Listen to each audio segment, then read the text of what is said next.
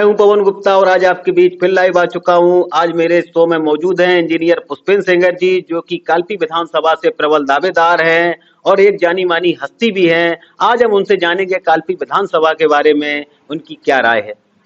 पवन जी, आज मैं आपके इस जो पटल है, जो आपका चैनल है समाचार 24 इंडिया, इसके माध्यम से मैं सभी अपने दर्शकों को मैं प्रणाम करता हूं और मैं आपका और आपके चैनल का विशेष आभार व्यक्त करता हूं, जो आज इस नौजवान को आपने अपने पटल पे अपना पक्ष रखने का मौका दिया। आपका विशेष धन्यवाद और आभार। जैसा कि पुष्पेंद्र जी, आपसे मेरा पहला सवाल है कि पुष्पेंद्र जी, जैसा आपको ज्ञात है कि आपके पार्टी में 28 आवेदक हैं, इसके अलावा अन्य दलों में भी तमाम आवेदक हैं। इन सभी में जनता आप पर क्या भरोसा करेगी? हिंदुस्तान है जो हिंदुस्तान एक डेमोक्रेसी वाला देश है और डेमोक्रेसी में सबको चुनाव लड़ने का अधिकार है। हमारे दल से 28 आवेदक हैं, उनका भी बहुत बहुत स्वागत है, क्योंकि जो 28 आवेदक हैं, ये विश्वास है हमारे दल के प्रति कि इतनी बड़ी लंबी तादाद में हमारे पार्टी से आवेदक है, तो आप ये तो मान लीजिएगा कहीं ना कहीं ये सीट है जो समाजवादी की झोली में ज़्यादा झुकी हुई है। और उनका विशेष अभिवादन, जो लोग आए और आवेदन किया। और इसके अलावा जो अन्य दल के लोग आवेदक हैं, उनको भी चुनाव लड़ने का अधिकार है। इस लोकतंत्र में मेरा अगर भाई भी चाहे वो चुनाव लड़ना चाहे तो उसको अधिकार है। अगर हमारे दल से 28 आवेदक हैं तो ये कोई घबराने की बात नहीं है। ये एक दल के लिए अच्छा संदेश है कि समाजवादी पार्टी इस बार काल्पी विधानसभा सीट जीतकर प्रदेश में सरकार बनाने में अपनी भागीदारी निभाएगी। जैसा कि हमारा आपसे एक सवाल और है, क्या आप में ऐसी विशेषता है जो दल आप पर दांव लगाएगा? आपका बहुत अच्छा सवाल है। हर व्यक्ति में अपनी एक विशेषता होती है और मुझ में, मैं विशेषता तो नहीं कहूँगा, मेरी अपनी जिम्मेदारियां और मेरे अपने जो कर्तव्य थे वो मैंने लगातार निभाए। आपने जैसे कहा कि मैं इंजीनियर हूं, मैं बीटेक किया हूं। मैं 2017 में जब सरकार, हम विपक्ष में आए और दूसरे दल की सरकार आई, 2017 से लगातार मैं सड़क गली कूचों में आवाम की आवाज उठा रहा हूं और उनकी मदद कर रहा हूं। और आप भी पत्रकार हैं, पुराने पत्रकार हैं, आपको भी ज्ञात होगा कि 2017 से ऐसा कोई मुद्दा नहीं है जिस पे मैंने आवाज बुलंद नहीं की। चाहे वो सड़क निर्माण की बात हो, सड़क निर्माण में तो मैं धरने पे बैठ गया था और 15 दिन का अल्टीमेटम दिया था और ऊपर वाले की दया से उसका ये दबाव रहा कि 15 दिन के अंदर सड़क निर्माण तो नहीं हुआ लेकिन रिपेयरिंग का काम हुआ, उसको उस मुकाम तक पहुंचाया। बिजली विद्युत व्यवस्था के खिलाफ कई बार जो उच्च अधिकारी है इनके ऐसी एक्शन, इनसे बात की, उस मुद्दे को प्रमुखता से रखा और उसमें भी विपक्ष के तौर पे जो मजबूती से रख के जो जनता को लाभ पहुंचा सकते थे वो मैंने पहुंचाया।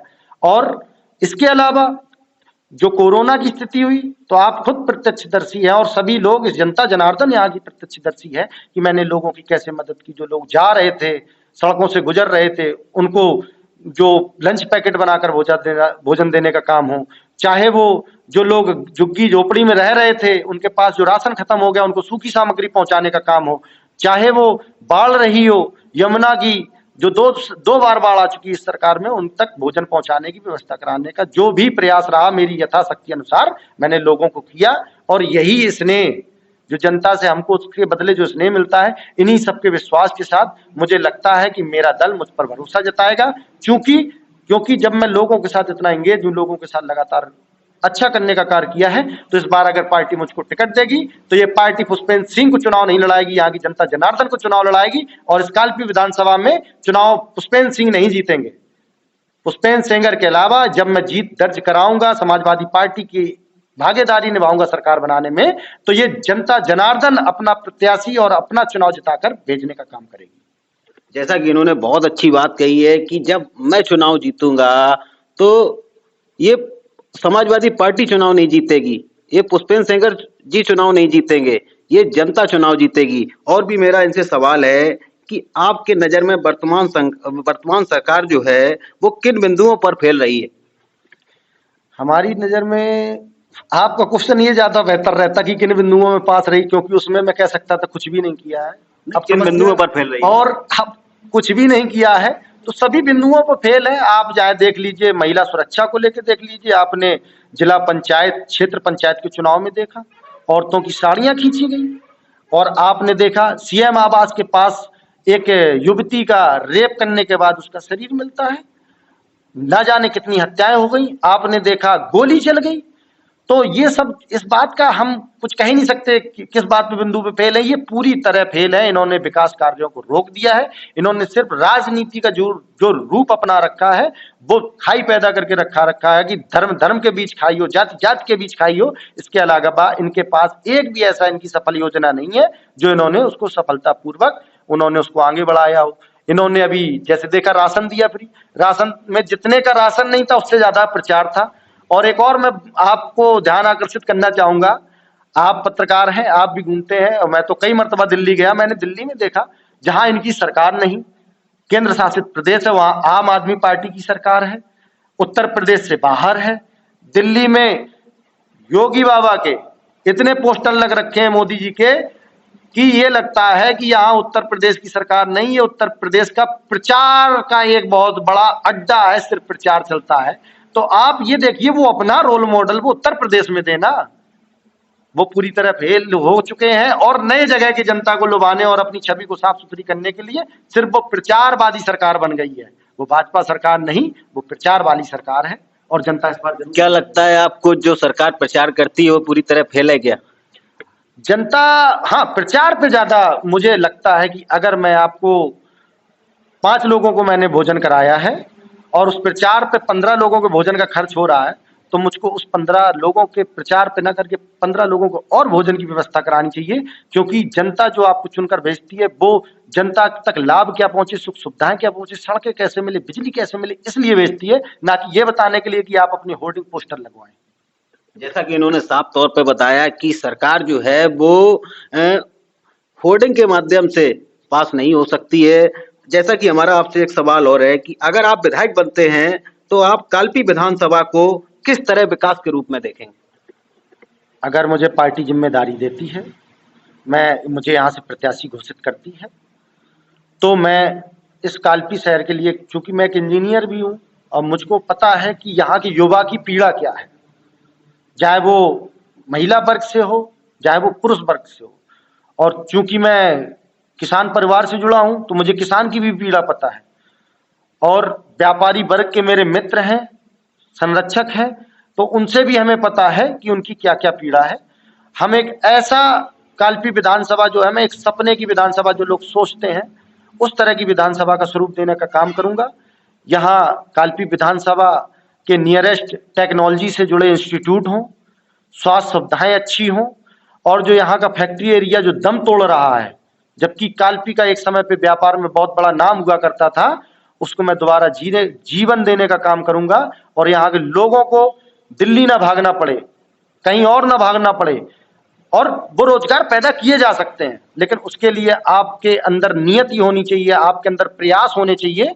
मैं वो रोजगार पैदा करने का काम करूंगा। जब यहाँ के आदमी के रोजगार होंगे, यहीं पर रोजगार होंगे, तो आदमी अपने परिवार के पास रहेगा। प्लस जब यहाँ पर रोजगार होंगे तो यहीं और लोगों की जीविका भी चलेगी जो उस रोजगार के हिस्से बन के काम करेंगे।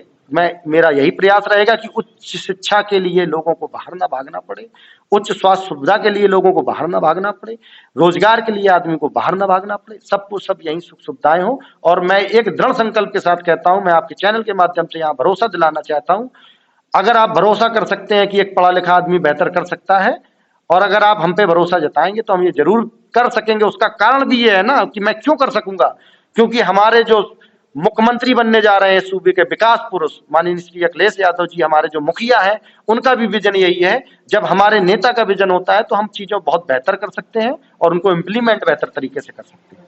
पुष्पेंद्र जी, आपकी उम्र अभी लगभग 30 साल है। आपको क्या लगता है अखिलेश जी आपको ये बड़ी जिम्मेदारी सौंपेंगे? आपका प्रश्न बहुत अच्छा है, और हमें लगता है कि हमारी उम्र 30 साल है, इसलिए हमारे नेता हमको जिम्मेदारी सौंपेंगे। उसका कारण ये है कि मैं आज जिस उम्र में हूं, उस उम्र के लोगों की समस्या और इस समय की समस्या को समझ रहा हूं, क्योंकि मैं उसी दौर से गुजर रहा हूं। आज राजनीति ने कितनी करवट ली है, युवा राजनीति की तरफ, आज पहले देखा होगा, पहले के समय में युवा राजनीति की तरफ नहीं आया, क्यों नहीं आया? क्योंकि उसको नहीं लगता था कि लोकतंत्र बचाने की लड़ाई लड़नी, उसको ये लगता था राजनीति जो कर रहे हैं करने दो, देश चल रहा है। लेकिन आज लड़ाई हमें अपने भविष्य बचाने की है, लोकतंत्र बचाने की है, और ये एक युवा अपने लोगों की समस्याओं को समझते हुए बेहतर तरीके से लड़ सकता है। और पार्टी के लिए मैं ईमानदारी से, बताने की जरूरत नहीं है, ये दल को पता है, सबको पता है कि लगातार मैं सड़कों पे संघर्ष किया हूं। लोगों के मैं वोट मांगने का नहीं, लोगों की मैं भावनाओं से जुड़ा हूं। मैंने जैसे पहले भी कहा कि अगर मैं चुनाव लड़ूंगा तो मैं चुनाव नहीं लड़ूंगा, यहाँ की जनता चुनाव लड़ेगी। और जब जनता चुनाव लड़ती है तो वो चुनाव कभी हारती नहीं है। और जनता, ये प्रत्याशी अगर हमारे पुष्पेंद्र सेंगर के लिए चुनाव लड़ेगी, और इसी स्थिति में सरकार बनाने के लिए पूरे प्रदेश में समाजवादी पार्टी के लिए चुनाव लड़ेगी। जैसा कि हमने हमेशा देखा है कि जो सरकारें होती हैं वो हमेशा जातिवाद पे ज्यादा भरोसा करती है, इसको लेकर क्या समीकरण है आपका? जातिवाद पे लेके समस्या क्या, सरकारें होती हैं, ये सरकार में जितना जातिवाद है कहीं नहीं है। जातिवाद आप देख रहे हैं ना, ये जातियों को बांटने की जो राजनीति है, ये सबसे बड़ा जातिवाद है। ये धर्म को जो बांटने की राजनीति है, ये सबसे बड़ी कट्टरपंथा, कट्टर जो प्रथा है, इससे कभी देश का भविष्य सुनहरा नहीं हो सकता। सभी जाति धर्म के लोग मिलकर अगर देश का निर्माण करेंगे तो एक बेहतर निर्माण होगा। आप खुद उदाहरण है, अगर आप एक ईंटा रखेंगे, मैं हटा दूंगा, तो वो ईंटा कभी ऊपर नहीं उठ पाएगा। उसे सबकी भागीदारी मिलनी चाहिए। और हमारे जो नेता का विजन है, वो जातिवाद से उठ के समाजवाद पे, जो हमारी पार्टी की हरदम राजनीति रही है समाजवादी की, समाजवाद की राजनीति करना चाहते हैं। समाज के हर तबके, छोटे से छोटे, गरीब से गरीब, अंगड़े पिछड़े, सभी का विकास हो, मजदूरों का विकास हो, किसानों का मजदूर है, इस पे लड़ना चाहती है सरकार। और हमारी सरकार आने जा रही है इन सब चीजों, सिद्धांतों के माध्यम से। मेरा आपसे एक सवाल और है पुष्पेंद्र जी कि समाजवादी पार्टी को लोग कहीं ना कहीं ये कहते हैं कि जब सपा सरकार आ जाती है तो गुंडा राज कायम हो जाता है, इसको लेकर आप क्या कहेंगे? इस पर लेकर हमारा साफ सा है कि गुंडा राज किसी के तमका लगाने से थोड़ी ना लग जाता है। हमारे नेता राष्ट्रीय अध्यक्ष जी पर एक भी मुकदमा है, आप बताएं? पूरा देश जानता है, जिस घर का मालिक अच्छा होता है वो घर अच्छा होता है। अब कौन गुंडा हो सकता है, ये आप खुद अंदाजा लगा सकते हैं। किस पर मुकदमे हैं, आपने खुद नहीं देखा? गुंडा राज, किसानों के ऊपर ट्रैक्टर चढ़वा दिया, और आज तक वो मंत्री उनकी कैबिनेट में बैठा है। एसआईटी टीम ने अपनी रिपोर्ट भी दे दी, उसमें ये कह दिया गया है कि मंत्री जी का पुत्र उसमें था। इसके बावजूद कार्रवाई नहीं हो रही है, तो गुंडा राज को कौन बढ़ावा दे रहा है? महिलाओं की साड़ियां खींची गई, किसान मजदूरों को मार दिया गया, दिल्ली में आपने देखा क्या हुआ। तो गुंडा राज किसकी सरकार में होता है, ये आप लोगों से बेहतर और जनता जनार्दन से बेहतर कोई नहीं जान सकता। किसी के कहने से कोई गुंडा नहीं हो जाता। चलिए, आपसे मेरा एक सवाल और है कि जैसा कालपी नगर की जो मूलभूत सुविधाओं में आती हैं, कालपी की सड़क, बस स्टैंड, बिजली, पानी, बेरोजगारी, शिक्षा व्यवस्था को लेकर आप किस प्रकार प्रथम प्राथमिकता देंगे अगर आप विधायक बनते हैं तो? प्रथम प्राथमिकता ही इसी चीज की रहेगी। मैंने जैसे आपको पहले भी बताया कि मैंने सड़कों के लिए संघर्ष किया, आपको पता होगा, आप लोगों ने छापा था, और छापा था, उसका रिजल्ट भी मिला था। मैंने बिजली के लिए आंदोलन किए, मैंने किसानों के जो सिंचाई के लिए आंदोलन किए। तो ये मेरी सरकार में नहीं हूं तब मेरी प्राथमिकता है।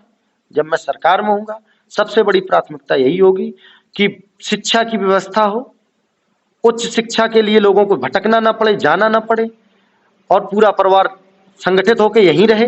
स्वास्थ्य सुविधाएं की व्यवस्था हो, रोजगार की व्यवस्था हो, अच्छी सड़कें हो ताकि जिससे एक्सीडेंट ना हो।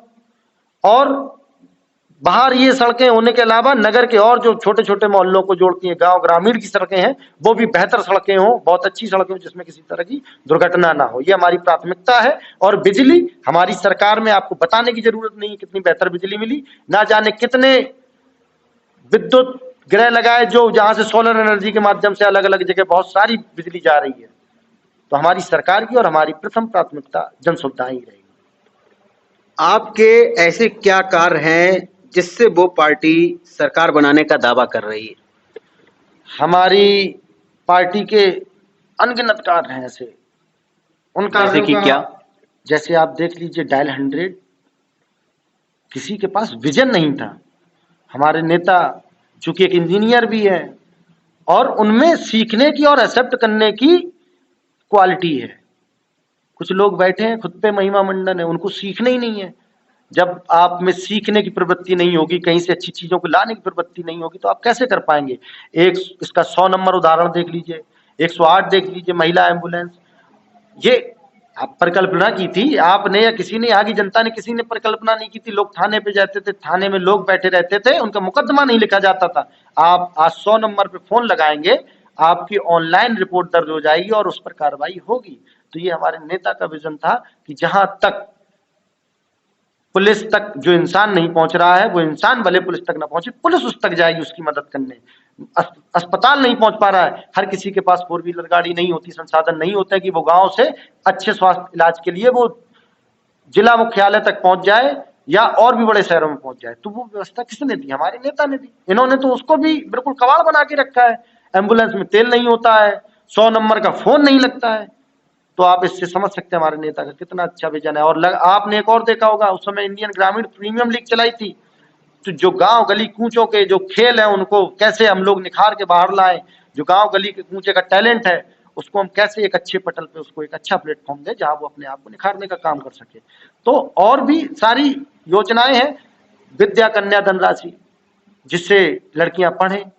विवाह के लिए अनुदान, ना जाने कितने अनुदान है, गिनाने पे आ जाएंगे तो 1 घंटा इसी में निकल जाएगा। बहुत सारी ऐसी योजनाएं हैं। अब मेट्रो देख लीजिएगा, स्टेडियम देख लीजिएगा, सभी तरह की। और नौजवानों को बढ़ाने और पढ़ाने का काम, चाहे लैपटॉप बांटने का देख लीजिएगा। कौन नेता, कौन सोच नहीं सकता आदमी जो उन्होंने कर दिखाया। और वही विश्वास है जनता के बीच, जो आज समाजवादी पार्टी के क्या विश्वास है, यही तो विश्वास है कि जो वो कहते हैं वो करते हैं। और जो वर्तमान सरकार है, ये तो झूठ पार्टी है। जैसा कि उन्होंने बताया कि समाजवादी पार्टी के नेता जो कहते हैं वो करते हैं और भाजपा सरकार में झूठ दावे किए जाते हैं। पुष्पेन जी, आपसे मेरा एक सवाल और है। 220 काल्पी विधानसभा में अगर जाएं तो मैंने अभी तक 4 से 5 सर्वे किए हैं। जनता जिस तरह एक युवा चेहरा देखना चाहती है, अगर आपको काल्पी विधानसभा 220 से टिकट मिलता है और आप विधायक बनते हैं, तो आपकी प्रथम प्राथमिकता क्या रहेगी विकास को लेकर के, जो सबसे पहले विकास होना चाहिए? जैसे कि आप ये पहले भी सवाल पूछ चुके हैं, फिर भी मैं बताना चाहता हूं कि मूलभूत सुविधाएं जो हैं, बच्चों की पढ़ाई की व्यवस्था, स्वास्थ्य की व्यवस्था और रोजगार की व्यवस्था, जिससे परिवार बिछड़े ना, परिवार अलग अलग ना रहे। अच्छा, ये रोजगार की व्यवस्था नहीं करा सकते क्योंकि इनके परिवार नहीं है और इनको पता ही नहीं है परिवार को बिछड़ने की क्या तकलीफ होती है। तो ये सब सुविधाएं मूलभूत रहेंगी, जन सुविधाएं रहेंगी, बिजली, पानी, ये सब की व्यवस्थाएं प्राथमिकता रहेगी। सड़कें, अच्छी सड़कें, अच्छी शिक्षा, अच्छा स्वास्थ्य व्यवस्था, ये सब हमारी प्राथमिकताएं हैं। जैसा कि पुष्पेन जी ने बताया कि अगर हम विधायक बनते हैं काल्पी विधानसभा से, तो सबसे पहले हमारी बिजली, पानी और सड़क और शिक्षा व्यवस्था को लेकर के तमाम इन कार्यों पर जोर रहेगा। मिलते हैं आपको फिर ऐसे ही एपिसोड में, जब तक आप देखते रहिए समाचार 24 इंडिया।